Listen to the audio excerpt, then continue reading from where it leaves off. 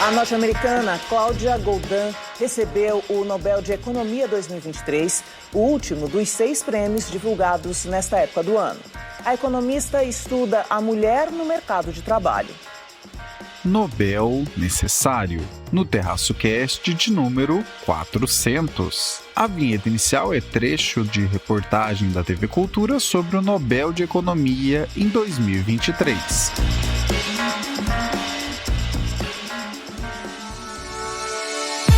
Por que a gente insiste em políticas? Primeiro, errar não é problema. Você quer inovar, criar uma política pública nova, você corre o risco de errar. O problema é não reconhecer o erro e repetir os erros. I imagine people today saying, well, when are we going back to normal, like it was 5, 6, 7 years ago? The important thing to know is that that wasn't normal. Right. That was the easiest, the best of time. My own belief is we're not going back there. We're now in an environment of more normal circumstances, and we're going to roughly stay this way.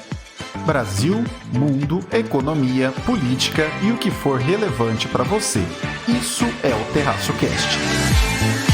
E aí, pessoal? Caio Augusto, diretamente da madrugada de 17 de outubro de 2023, uma terça-feira. Então não estranhe se esse episódio demorar um cadinho a mais do que o normal para ser publicado, para estrear, em Ourinhos, no interior de São Paulo, para mais um episódio do Terraço Cast. Opa, peraí, não é mais um, é o 400. Já começamos com um enorme obrigado a você que ouve, compartilha e até contribui com feedbacks e tópicos que vem parar aqui. Que gosta das capas diferentes, que se diverte com os nomes, que fica por dentro dos assuntos relevantes que cuidadosamente garimpamos diariamente para trazer com todo cuidado, carinho e atenção aqui, semana a semana. Quem me acompanha nesse episódio digno de terno e gravata, ou vestido de gala, o que vocês preferirem, são elas do trio mais amado do Brasil. E aí, Raquel de Sá? Alô, alô, terraceiros e terraceiras! Aqui quem fala é ela,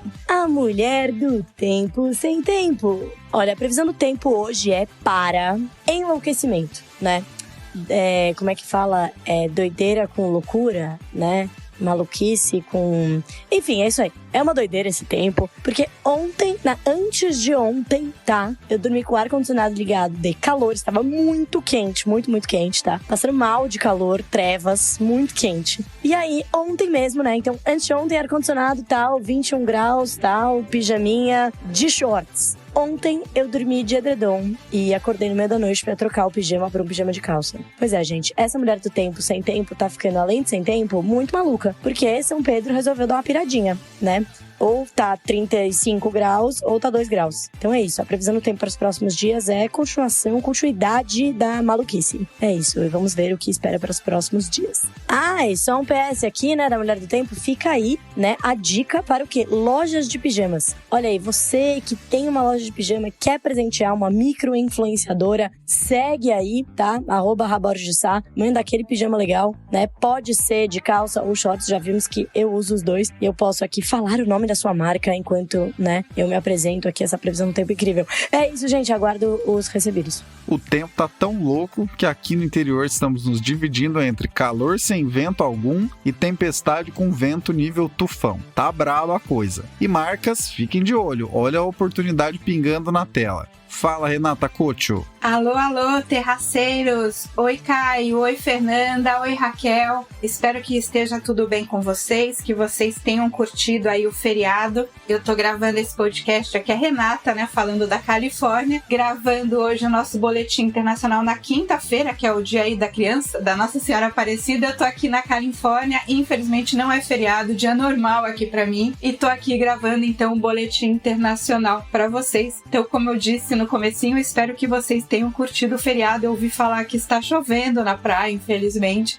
O pessoal de São Paulo, Tô falando com o pessoal de São Paulo, na praia de São Paulo, Que é da onde meus pais moram e tal, falaram que tá chovendo. Paulistano é sempre assim, Chega no feriado, chove, aí no domingo, quando o pessoal tá se arrumando pra voltar pra casa, abre aquele solão, aí você vê o sol na praia, assim, os caiçara tudo rindo da cara do paulistano que foi pra passar feriado na chuva, não é assim? Costuma ser assim. Feriado teve chuva, chuva, mas pelo menos teve episódio especial do Terraço Cast. Você que não ouviu o 399 ainda, volte lá, ficou sensacional. Tudo bem, Fernanda Mello? E aí, meus amigos do Terraço Cast, tudo bem com vocês? Tô por aqui mais uma semana e sempre um prazer estar na companhia de todos vocês que acompanham aqui o nosso Terraço Cast. Prazer mútuo, sempre. Pequeno spoiler, fica até o final que tem um negócio um cadinho diferente lá. Vamos ao 400.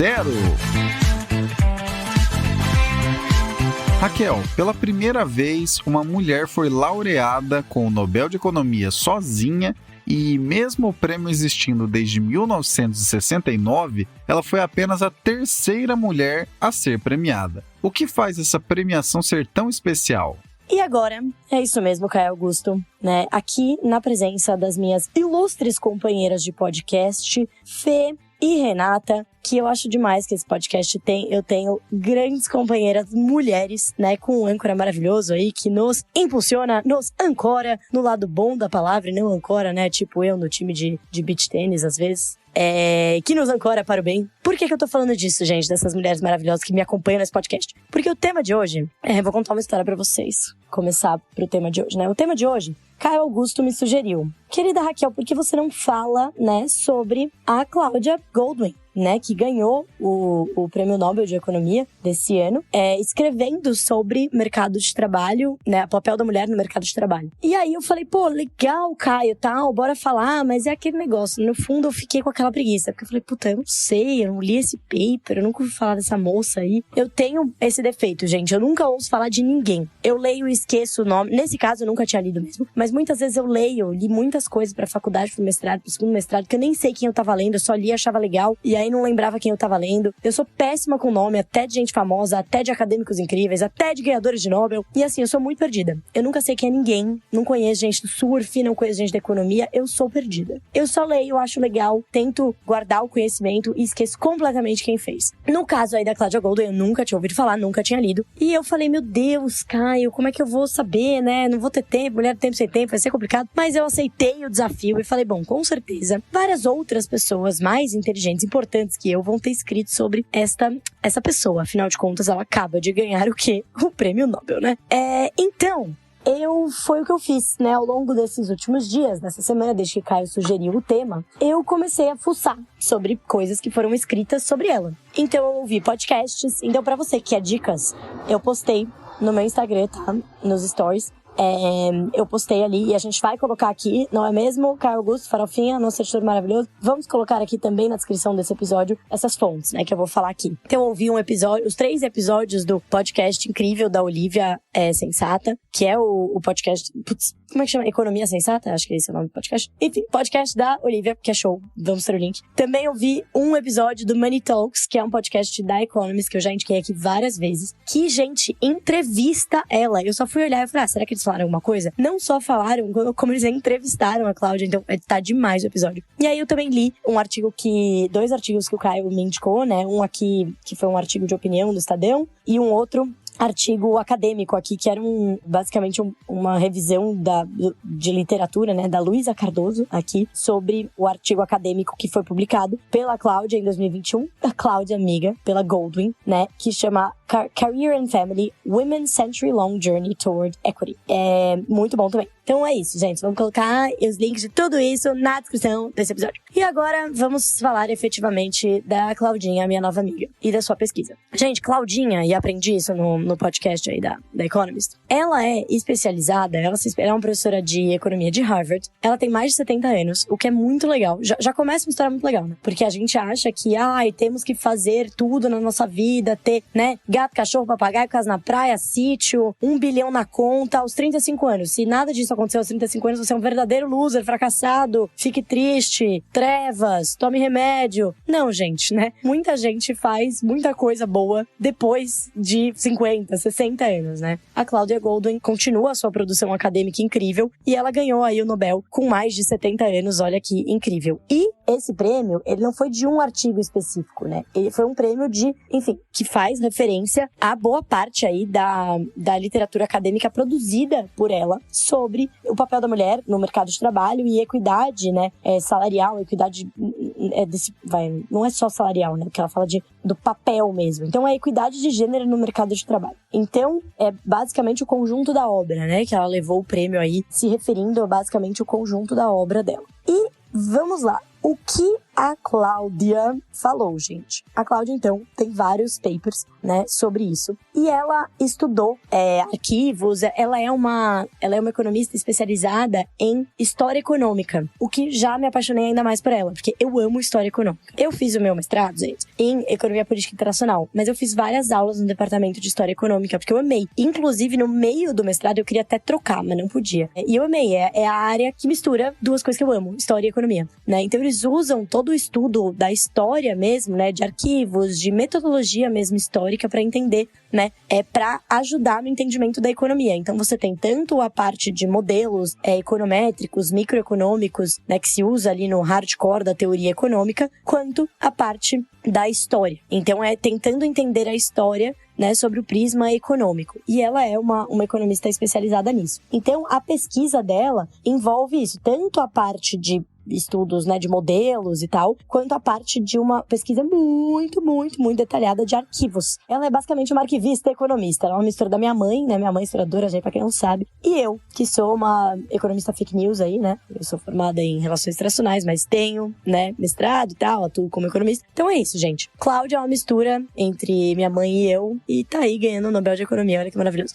E ela estudou, então, ao longo dos últimos anos, arquivos e dados dos últimos 200 anos sobre o mercado de trabalho nos Estados Unidos. E ela estudou por que existe ainda uma diferença tão grande no salário entre homens e mulheres no mercado de trabalho. E aí, a sua grande tese é que o papel da mulher, a participação da mulher no mercado de trabalho, ele tem uma forma de U, né? Ele é uma curva em forma de U. Por quê? Porque a mulher tinha uma participação, né, lá olhando lá para o século XIX, né, onde os Estados Unidos, a economia americana era predominantemente agrária, né, elas tinham um papel maior, né, e esse papel foi decrescendo com o tempo. Ele decresceu quando começou, então elas, na época agrária, elas trabalhavam basicamente igual aos homens. Aí depois, conforme a economia foi desenvolvendo, teve a Revolução Industrial, elas passaram a ter um papel bem menor. Aí, a partir do momento que a gente teve, foi um misto ali entre as guerras, que reduziram muito, né, a quantidade, né, mão de obra disponível de homens, e as mulheres tiveram que ir para as fábricas, começar a trabalhar.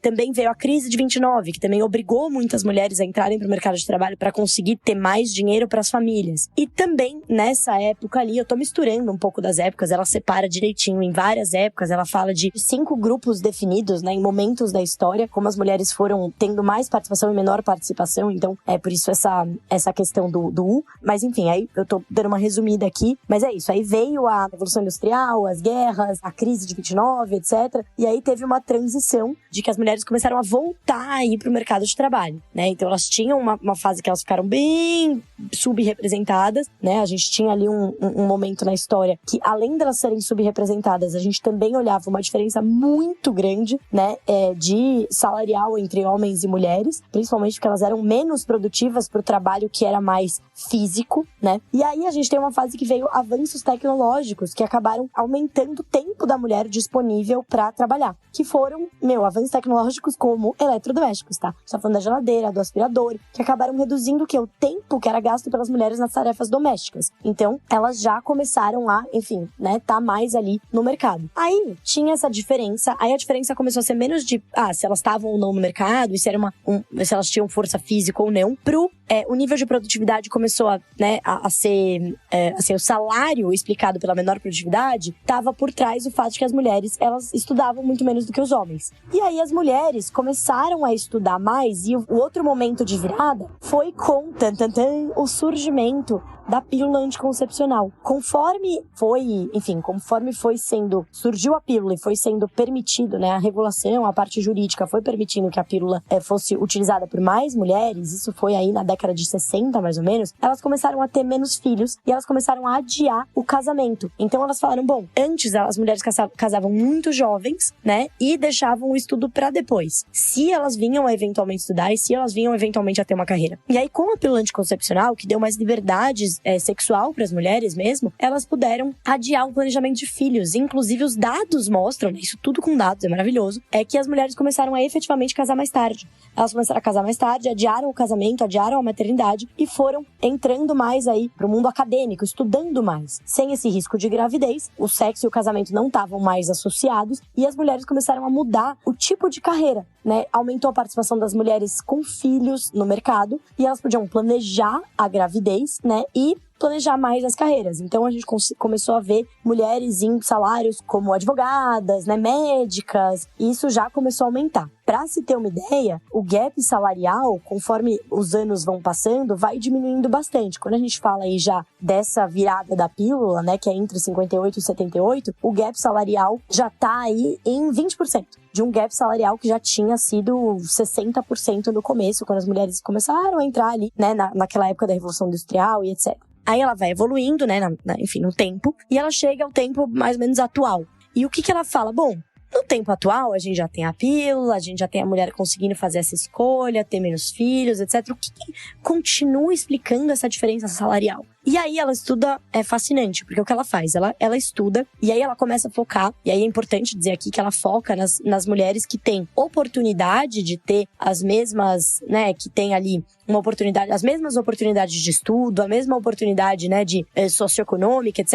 É aquela história, ela pega idênticos, pessoas que são idênticas, com exceção do gênero, né? Então ela pega ali a mulher e o homem que tiveram vários traços iguais, e a única coisa que muda é o gênero. Eu já falei aqui nesse podcast sobre o meu estudo, né, sobre o estudo que eu fiz pro meu mestrado, que eu estudei a aversão ao risco das mulheres nos investimentos. E era exatamente isso que eu fiz. Você pega uma regressão, você faz uma regressão, né, que é uma técnica microeconômica, né, estatística, e você coloca lá, bom, se tudo isso, tudo mais constante, se tudo isso for igual, a mulher morar no mesmo lugar, ter o mesmo número de vir de uma família parecida, ter o mesmo nível socioeconômico, blá, blá, blá, blá, blá, ela tem mais aversão ao risco ou não, né? Esse foi o meu estudo. A Goldwyn, ela fez, obviamente, muito mais sofisticado, mas é mais ou menos, né, a mesma coisa, a mesma lógica, pra entender, porra, tudo mais constante, tudo igual, o que explica? E aí ela percebeu que era o tempo de trabalho, né? O tempo mesmo, o tempo. Quanto tempo a pessoa passava trabalhando ao longo de toda a carreira. E ela percebeu, olhando aí para um nível de formação acadêmica muito grande, então ela estudou pessoas que fizeram MBA na Universidade de Chicago, e ela percebeu que até certo momento da carreira, o salário era meio igual, né? No começo da carreira, os primeiros 2 anos e tal. E aí quando você passava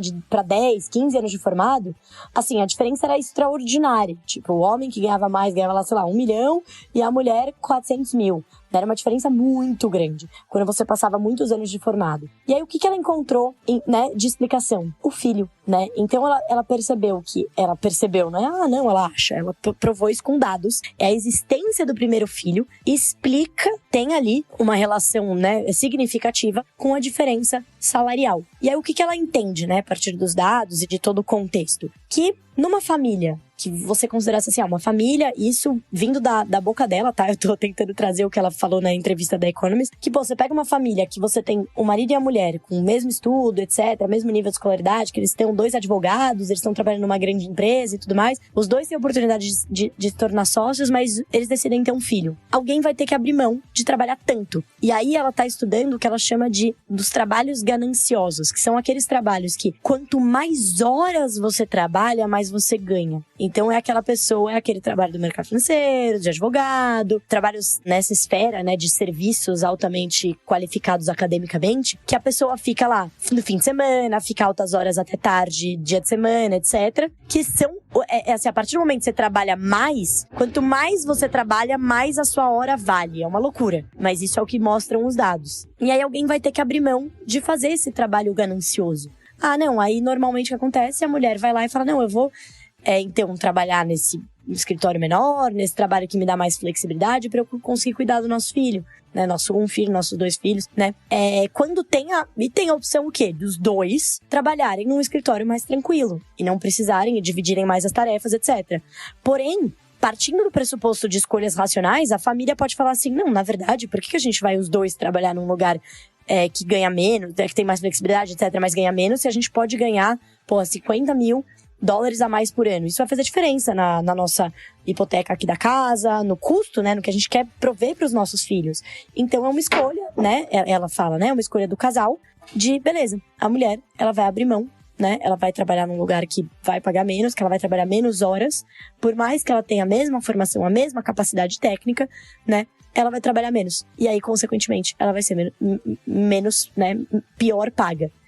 E é uma loucura, porque você olha os resultados, é realmente isso. Você olha as mulheres que, né, têm ali a mesma formação, etc., mas não têm filhos, né? A diferença é menor. As mulheres que são casadas, aí um outro dado super interessante, são casadas com maridos, isso acontece, o gap é ainda maior nas mulheres que são casadas com filhos que têm maridos que ganham um salário maior. Então uma coisa retroalimenta a outra, porque como o marido ganha um salário maior, ela não tem a necessidade financeira de ganhar mais. Essa diferença já é muito menor nas mulheres que ganham um salário maior que os homens, né? A diferença de horas trabalhadas, por exemplo, e da diferença aí salarial, né? Então vamos dizer assim, que a mulher, o marido dela, enfim, faz outra coisa, né? Não é o comparável, é uma outra pessoa, faz uma outra coisa, mas ganha menos que ela. Daí você compara essa mulher com um igual a ela, tal, no mercado, fazendo a mesma coisa, a diferença salarial é menor. Porque ela tem um incentivo de trabalhar mais e de ter o trabalho ganancioso. É super interessante, gente. Assim, posso passar muito mais tempo aqui explicando, né? Tentando explicar um pouco do que eu entendi do trabalho dela. Porque o que eu achei a reflexão mais interessante, assim, é que é claro que tem um papel, né? É claro que a gente ainda tem várias questões para tratar, que até, né, no paper aqui da Luísa Cardoso ela fala, né? Tem aqui as mulheres negras, né? Que além de tudo sofrem, né? Passam pelo preconceito, né? Pelo preconceito além de gênero, também no preconceito, né? Por serem negras. O estudo da Goldin também parte do pressuposto que todo mundo saiu das mesmas condições, né? Teve as mesmas oportunidades, igualdade de oportunidades, o que não é verdade. A gente sabe que também não é verdade, né? Também tem a questão de violência doméstica, né, de assédio no lugar de trabalho, tudo isso é importante, né, mas é muito importante ver por esse outro prisma, né, pelo prisma tanto de decisões racionais, de uma família mesmo, né, vamos então escolher o que faz mais sentido financeiro para a nossa família, né, e também por questões culturais, né, que, eu acho que falando assim, como mulher que não tem filhos, esse é um dos meus grandes, acho que um dos meus grandes breakthroughs dos últimos anos é isso, como eu me preocupo com isso mesmo não tendo filho, e como isso vai pesando cada vez mais, quanto mais o tempo passa, quanto eu penso nisso, né? Será que vai ser uma sobrecarga mental muito grande? Será que eu vou conseguir manter? Porque na minha cabeça eu sempre penso que eu quero manter o trabalho o mesmo tanto, quero manter falando aqui com vocês terraceiros, etc. Será que eu vou conseguir? E eu não penso e olha isso, não chego nem a pensar tanto na questão mais financeira, eu penso muito na questão de saúde mental, né? Porque, se eu quiser manter tudo isso, será que eu vou conseguir manter minha saúde mental, né?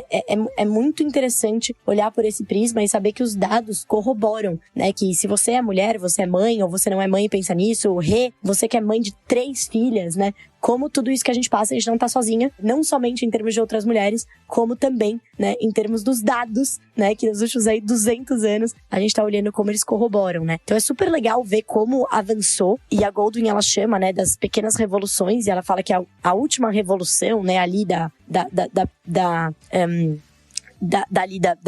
dessa geração, né, entre 65 e 79, dessas que adiaram os filhos, adiaram o casamento, etc., ela chama ali da revolução silenciosa, né, porque a gente teve a revolução não silenciosa super importante das mulheres ao longo do feminismo, etc., né, de conseguir o voto, as sufragistas, tudo isso foram revoluções não silenciosas, mas teve um momento que teve a revolução silenciosa que também foi tão importante quanto. Então, enfim, muito interessante o trabalho, muito obrigado, Caio Augusto, por me jogar nessa, né, por dar uma de petit jornal aqui, me jogar na pauta. Eu adorei saber mais sobre o trabalho da Cláudia Goldin, e tô super animada, quero comprar o livro já ler. E é isso, gente.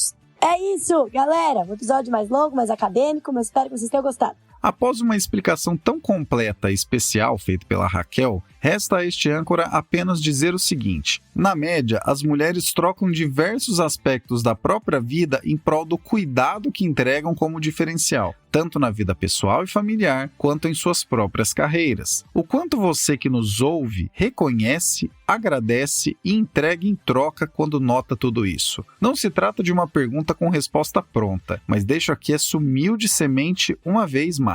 Quem acompanha esse podcast há um bom tempo já sabe que não é a primeira vez e e que também não será a última. Essa edição de 2023 do Nobel de Economia é, como bem diz o título deste episódio, um Nobel necessário. Não apenas por relembrar uma realidade, como também por mostrar que há mensuração objetiva, longa e profunda sobre ela. Que esse diferencial salarial seja cada vez menor e que, em algum momento, possamos apenas nos lembrar nos livros de história sobre a existência desse diferencial.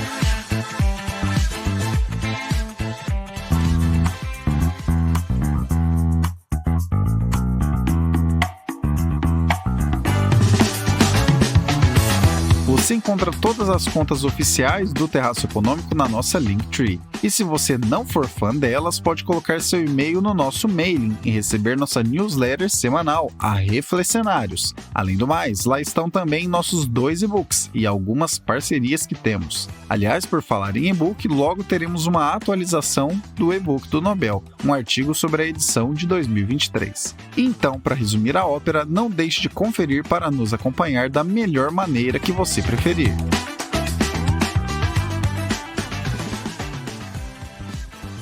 Renata, traga para nós o Boletim Internacional. Conflitos na Ucrânia e em Israel elevam a tensão no planeta. O boletim internacional hoje é um boletim internacional, né? Eu tentei começar de uma maneira mais leve, porque é um boletim internacional bem pesado, não tem como fugir. O Caio pediu para eu comentar um pouco com vocês o que está acontecendo ali em Israel, Oriente Médio, faixa de Gaza. Essa é daquelas vezes que eu preferia que ele tivesse pedido para eu falar de política monetária. Eu que vivo sempre reclamando, né? A gente, inclusive, teve o anúncio do CPI, o índice de inflação aqui nos Estados Unidos hoje, na quinta-feira. Veio mais alto do que eu esperava. Como não é feriado aqui, as bolsas estão caindo, reagiram, o mercado vinha bem essa semana, teve até algumas declarações do Fed que a gente chama, né, mais dovish, assim, né, com a tendência de fazer uma política monetária, de derrubar os juros, né, com mais dinheiro, e veio esse CPI um pouco acima do esperado e jogou um balde de água fria no mercado. Então hoje as bolsas estão caindo bem aqui nos Estados Unidos. Eu poderia estar falando de política monetária, mas a gente tem que falar de guerra, não tem como, né? É uma situação muito triste, é uma situação que eu não sei, assim, né? Eu vou dar aqui a minha opinião pessoal. Eu acho que ali a única solução seria a solução de 2 estados, né? Você ter o Estado de Israel e o Estado da Palestina, mas é uma solução que, na minha ver, a única, mas que ficou ainda mais distante do que já estava, e já estava bem distante antes desses ataques terroristas horrorosos aí praticados pelo Hamas durante, né, essa semana, desde do final de semana. Uma coisa inominável, uma barbárie que eu não quero nem entrar, vocês devem ter visto os detalhes. Eu, pra ser sincero, eu tenho fugido, não do assunto da análise, né, mas das notícias que vêm, né, da tragédia, porque realmente, assim, né, é muito, muito triste, especialmente pra mim, que sou mulher e que sou mãe, tenho filhas jovens, adolescentes, assim, é muito, muito angustiante o que tá acontecendo ali, e é um problema que já vem de muito tempo, né, antes do fim da Segunda Guerra, que aí teve esse marco, né, em 47, que foi a criação do Estado de Israel ali naquela região, mas não foi criado ali por acaso, né? Às vezes a gente fica brincando, né? Por que foi criar um Estado de Israel bem no meio de uma região que já é confusa, que já é conflituosa, que já é de maioria ali muçulmana na região hoje, né? Poderiam ter escolhido um outro lugar, enfim, né? Não vou entrar, tipo, é brincadeira, tô falando, eu tô tentando até, e isso é uma coisa que vem da minha personalidade, inclusive, de tentar trazer um pouco de humor, um pouco de leveza para assuntos assim, quando é muito triste. Acho que é uma forma minha de me defender, então eu espero não ofender ninguém aqui, trazendo talvez, assim, sabe, uma piadinha ou outra, que não é a intenção, é simplesmente dar um pouco mais de respiro, de alívio numa situação que a gente sabe que é trágica sob qualquer aspecto que a gente puder imaginar, humano, moral, ético, de saúde, de vida, de qualquer coisa, né? E, enfim, é uma situação histórica muito complexa, que vem piorando recentemente, né? A gente vê ali que a gente até já comentou aqui no podcast sobre a situação de Israel, a situação ali, né, do Bibi, que a gente fala, né, que é cada vez mais ditador, né? Existe toda uma questão ali do primeiro-ministro de Israel, tá se sobrepondo à Constituição, tá virando mais autocrático, se uniu com a extrema-direita, tem recentemente apertado mais as restrições com relação ao povo palestino que vive ali, então mais checkpoints, mais restrição, né? Criando uma situação que a gente pode chamar ali de um apartheid dentro do país. E essa situação vem piorando recentemente e acabou gerando uma reação que eu não vou falar injustificável sobre qualquer aspecto, tá? Eu acredito ali que o Hamas, inclusive, não representa o povo palestino, inclusive o Hamas prejudica o próprio povo palestino, porque um ataque desse, o que você faz? Você junta o mundo inteiro praticamente, né, nos seus mais lunáticos contra você, porque quem é que vai defender as coisas que foram feitas ali, mostradas e televisionadas e filmadas? Quer dizer, não tem, né? Não tem o que falar, né?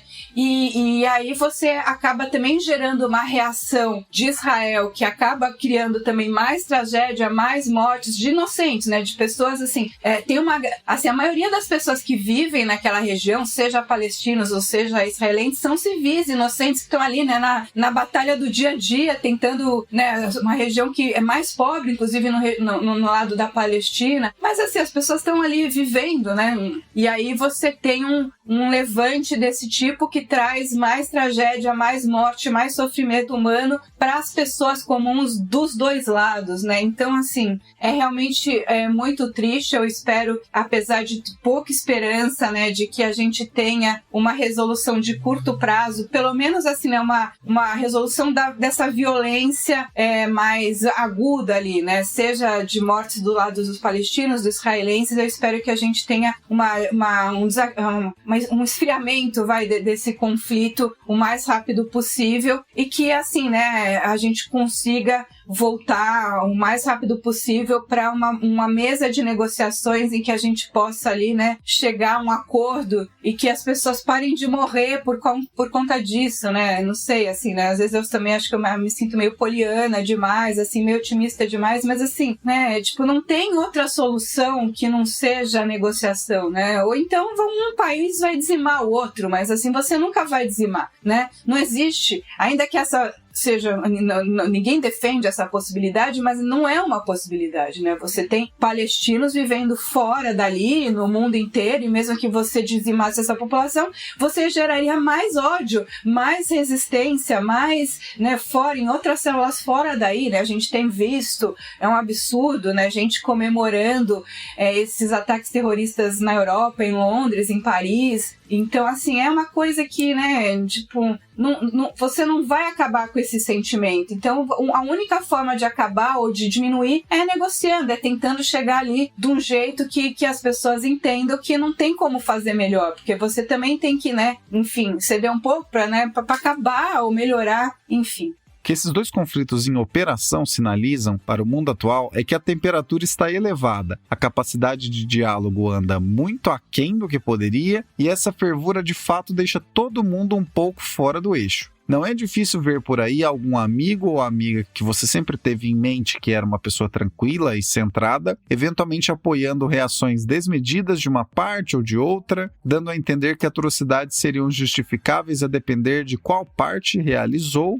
e outras coisas do tipo. Nesse momento, trazemos esse ponto para pedir um pouco mais de atenção e de uso do cérebro lento, pela definição do Kahneman, do Daniel Kahneman, aquela que diz que temos um lado do cérebro que pensa de maneira automática e rápida e outra que pensa um pouco mais calma e analiticamente. As tensões estão em nível elevado e, seja social ou economicamente, embora as duas coisas sejam sempre intimamente ligadas, nenhuma tensão faz com que coisas boas sigam adiante. De cabeça quente ou armas fumegantes, são raríssimos os bons caminhos que surgem. Esperamos todos que essa temperatura consiga ser abaixada da melhor maneira possível e do modo mais cuidadoso possível, levando em conta todos os danos e enormes pesares ocorridos nesse período.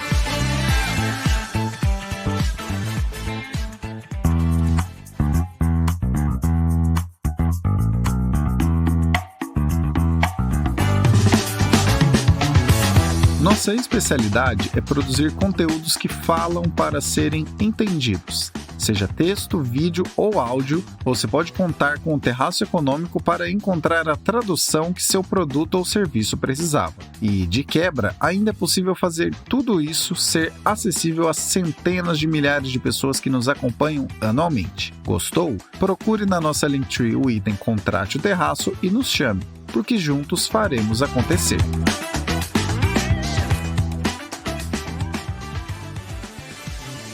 Fernanda, FMI avisou, inflação será mais resistente, juros ficarão altos por mais tempo e o PIB global será achatado. Conta mais sobre isso. Meu amigo, o tema de hoje se passa num cenário belíssimo, que eu amei conhecer, assim, um dos grandes privilégios que eu tive na minha vida. Mas, como o meu período de férias já passou, eu já falei diversas curiosidades aqui nos últimos episódios em que eu estava em Chicago, eu vou meter aqui aos dados, né, de volta à vida real. Então, o tema de hoje é o FMI e suas previsões no encontro anual que se passou lá no Marrocos, em Marrakech, um lugar belíssimo. Mas depois de 50 anos, né, o evento está lá, e aí qual foi o grande destaque desse evento? Bom, vocês sabem, o FMI é uma instituição que monitora aí a saúde das economias, né, de todo o mundo, e a previsão de inflação não veio muito legal, né? O FMI previu que a inflação deve permanecer acima das metas dos bancos centrais até 2025. Então, existe um apelo aqui, a partir desse entendimento de que a inflação deve permanecer mais um pouco, apesar de a gente ter visto sinais de redução. Mas, a partir desse evento, o FMI ainda salienta essa necessidade, né, essa cautela, na verdade, em manter uma política mais rigorosa até que haja um alívio realmente duradouro nas pressões sobre os preços. E aí, nesse encontro, o economista-chefe do FMI comentou que a política monetária precisa permanecer restritiva na maioria dos lugares até que a inflação desça de forma duradoura em direção às metas. Nada do que a gente já não saiba, especialmente aqui no Brasil, a gente viu esse discurso sendo bem enfatizado em todas as atas do Copom, né, que a política monetária de fato precisa se manter restritiva para que não haja nenhuma contaminação nas expectativas sobre a inflação. E aí o FMI prevê um crescimento global de 2,9% para o próximo ano, uma queda de 0,1% em relação à previsão de julho e abaixo da média de 3,8% das 2 décadas, né, antes da pandemia.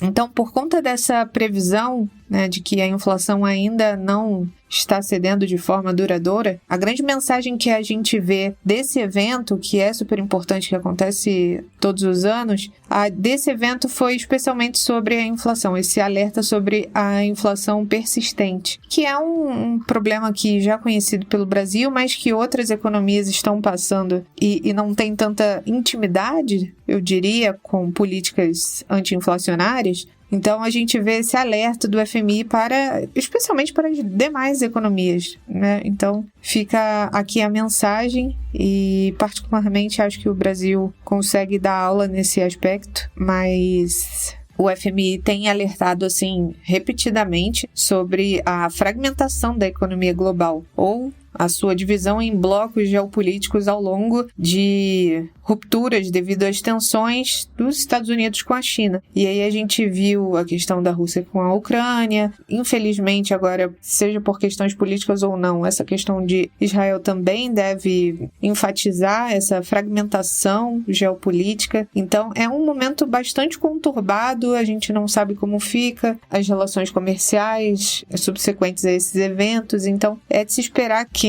a gente não tenha toda a tranquilidade do mundo para falar que a inflação está cedendo, né? E aí fica o recado, esse foi o recado do FMI. Geralmente se leva em conta que os modelos do FMI costumam falar sobre o que se vê no retrovisor, porque eles costumam elencar questões que já estão encaminhadas e eventualmente já até ficaram para trás. Mas em levantamentos como o atual, trazido pela Fernanda, a visão parece ser um pouco diferente e relacionada ao que está no para-brisa, ainda se aproximando pelo caminho. Existe uma grande sensação global de dessa vez vai ser diferente, porque os juros teoricamente conseguiriam ficar em patamar mais elevado por mais tempo, sem afetar crescimento de forma relevante, e sem que, como costumam dizer no mercado, comecem a boiar baleias por aí. Na verdade, dessa vez pode mesmo ser diferente, mas em um sentido duplamente negativo. Em primeiro lugar, o mundo está em uma fragmentação notável em termos comerciais. E também bélicos, como a gente bem discutiu por aqui. Isolacionismo, nearshoring, reshoring e afins. E para piorar, a solução mágica das últimas décadas, aplicada sobretudo no pós-crise de 2008 e da pandemia para cá, que é a de basicamente injetar uma quantidade quase infinita de recursos na economia global, já não surte mais os efeitos esperados, exceto pela inflação que, bem, puxa todo esse alerta do FMI que virou esse assunto que você acabou de ouvir aqui no Terraço Cast. Falei que tinha especial, então vamos lá. Na sequência, Raquel, Renata e Fernanda irão contar de modo rápido o que é o Terraço Cast para cada uma delas. Diga lá, Raquel. O Terraço Cast, pra mim, é um projeto incrível, que eu fico super feliz de fazer parte. É um lugar em que eu posso falar, é aquele lugar que, eu posso falar do meu jeito, né? Posso brincar, posso falar sério, posso falar sobre temas que, são aqueles temas quentes, aqueles não tão quentes, uns temas malucos, e que eu sinto, me sinto em casa.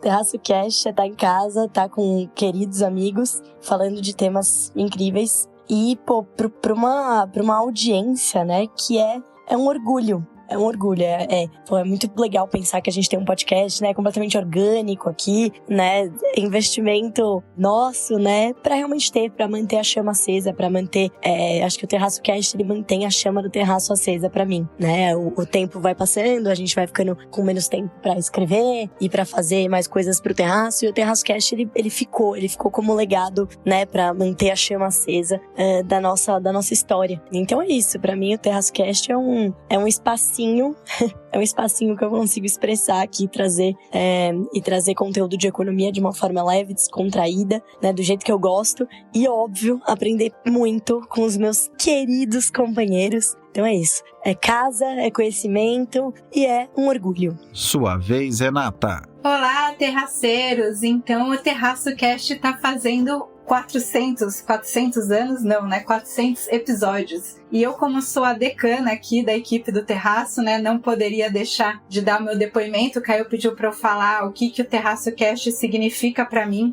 Eu acho que eu devia falar alguma coisa inteligente, mas não vem nada muito, assim, inspirador ou que mude a vida na minha cabeça. Mas, enfim, Terraço Cast para mim é uma diversão fazer, assim. Acho que é uma coisa que também me obriga a ler sempre as notícias e ficar por dentro do que está acontecendo no mundo, né? Apesar de que o que está acontecendo no mundo ultimamente não tem sido, assim, muito bom, né? Não tem deixado o meu dia, assim, digamos, mais alegre. Mas é uma forma da gente estar sempre atualizada. Então eu tô sempre, quando eu faço minhas caminhadas, eu ando todo dia, então eu vou escutando um podcast da BBC, um podcast da Bloomberg, né? Pra gente também saber os benchmarks, saber o que outras redes de notícia estão falando de interessante sobre o mundo, para poder deixar vocês aí sempre bem informados e tal, com as coisas, né, de interessantes que estão acontecendo na parte internacional, que é o que eu falo. Tá bom? Acho que era isso. Espero que seja isso que o Caio esteja esperando de mim aí nesse aniversário, 400, poucos podcasts eu acho que podem dizer, até aí com esse orgulho, acho que é um orgulho. Eu sou uma pessoa que muitas vezes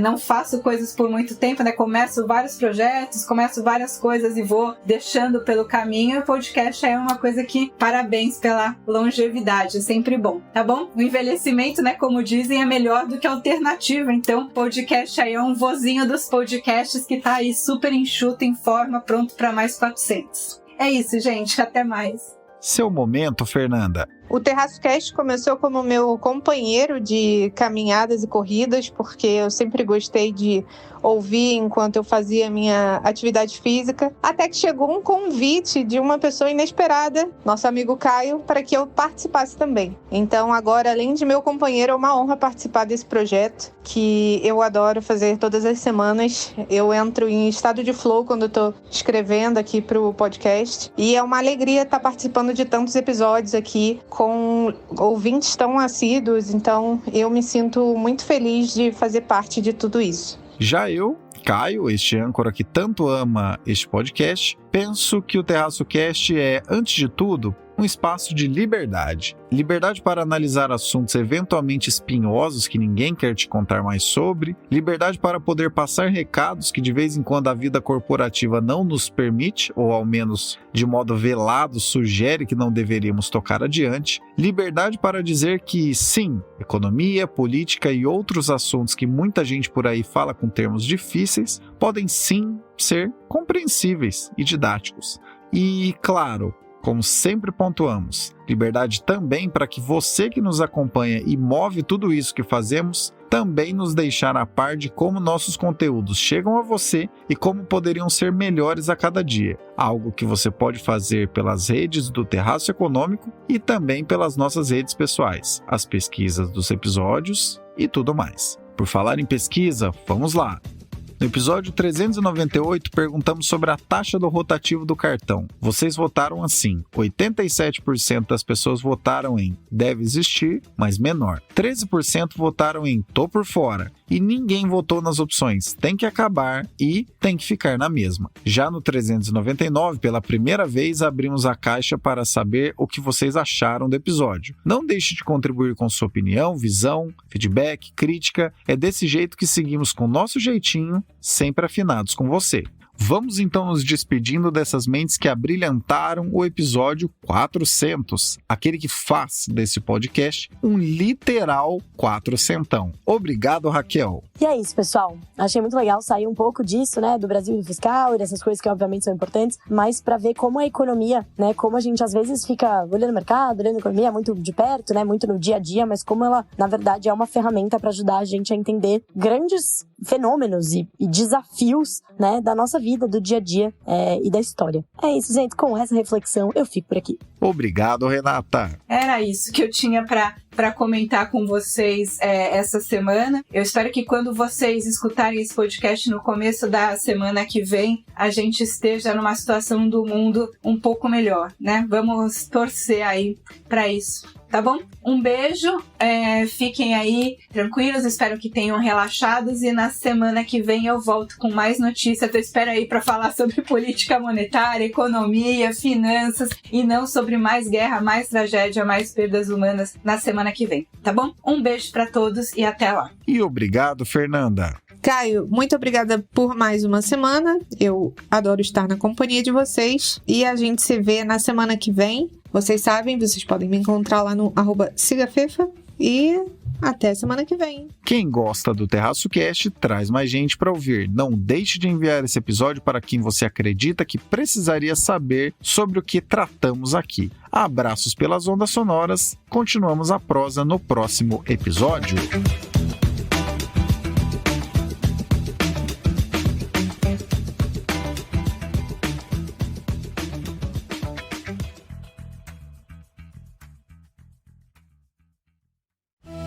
Este episódio foi editado por Atelas, soluções em áudio para podcasts.